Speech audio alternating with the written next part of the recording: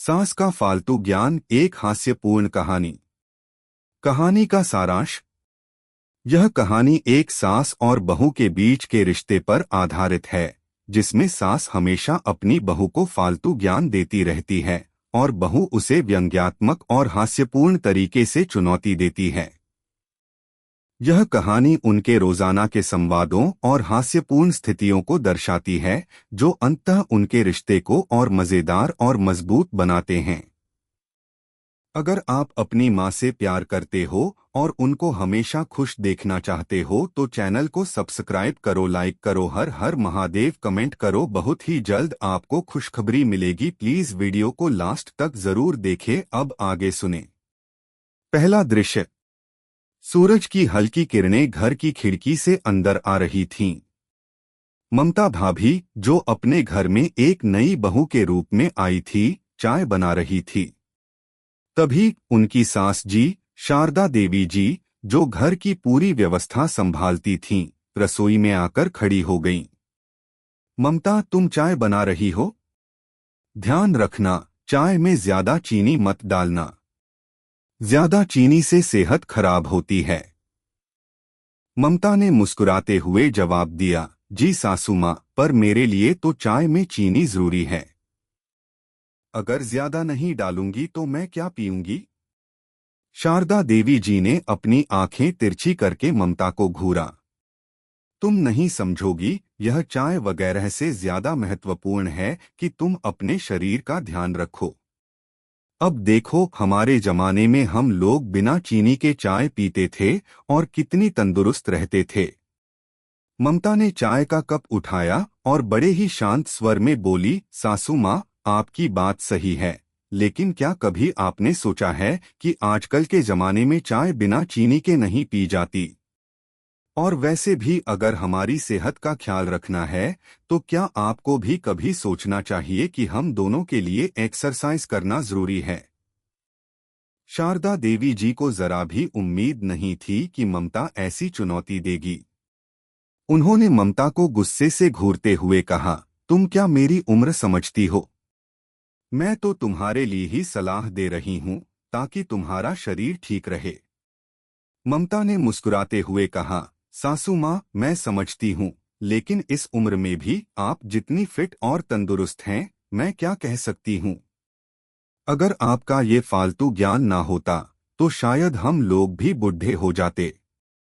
शारदा देवी जी ने चिढ़ते हुए कहा, बुढ़े नहीं, समझदार होते हैं। और जब तुम समझदार बनोगी तब तुम्हें मेरी बात समझ में आएगी। ममता ने हंसते हुए चाय की चुस्की ली और कहा, सासू माँ, अगर आप और मैं दोनों समझदार हो गए तो घर में कौन सी मजेदार बातें होंगी। दोनों हंसी में खो गईं। शारदा देवी जी के दिल में ममता के लिए एक नई सॉफ्ट कॉर्नर बन गया था। दूसरा दृश्य।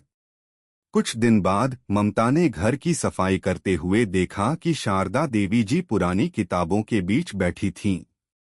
ममता ने उत्सुकता से पूछा, सासू माँ, क्या आप फिर से कुछ पुरानी किताबें पढ़ रही हैं?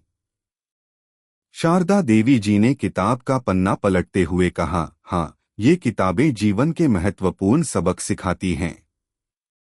तुम भी पढ़ा करो, फिर देखो कैसे तुम्हारा जीवन बदल जाएगा। ममता ने शरारत से कहा, सासू माँ, जब मैं भी यह किताबें पढ़ने लगूंगी तब तो मुझे लगता है कि आप मुझे फालतू ज्ञान देना बंद कर देंगी।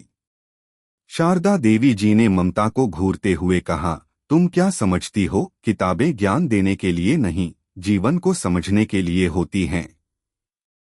तुम जैसे जैसे पढ़ोगी तुम्हें मेरी बातें समझ में आने लगेंगी। ममता ने झट से जवाब दिया, सासू माँ, किताबों के अलावा अगर कुछ जरूरी है तो वो है एक अच्छा कॉमेडी शो।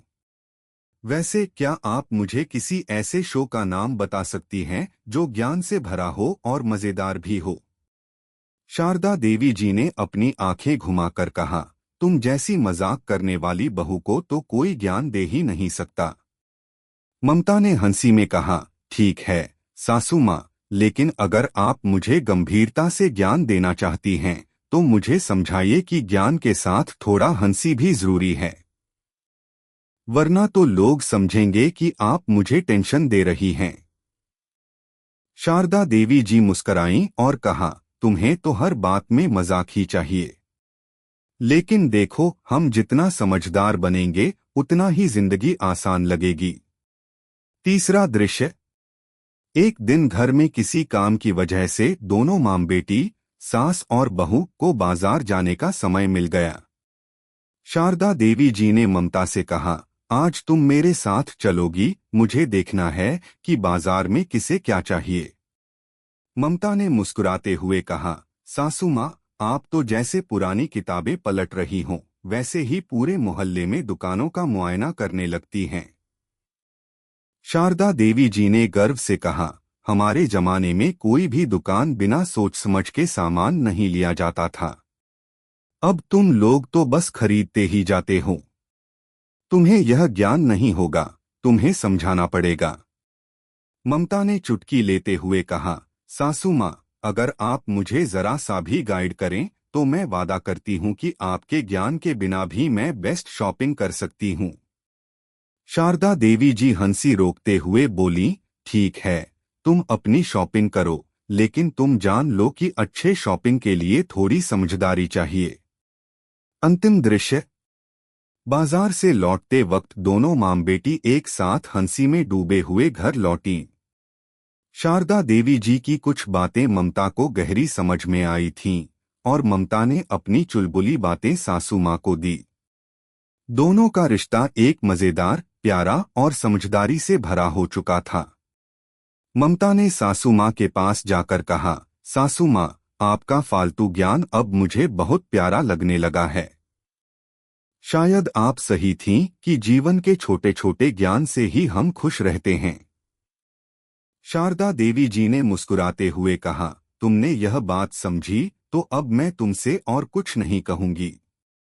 दोनों हंसी में खो गईं और इस प्रकार ममता और शारदा देवी जी के बीच की कड़ी बंधन और प्यार में और भी मजबूती आई। समाप्त।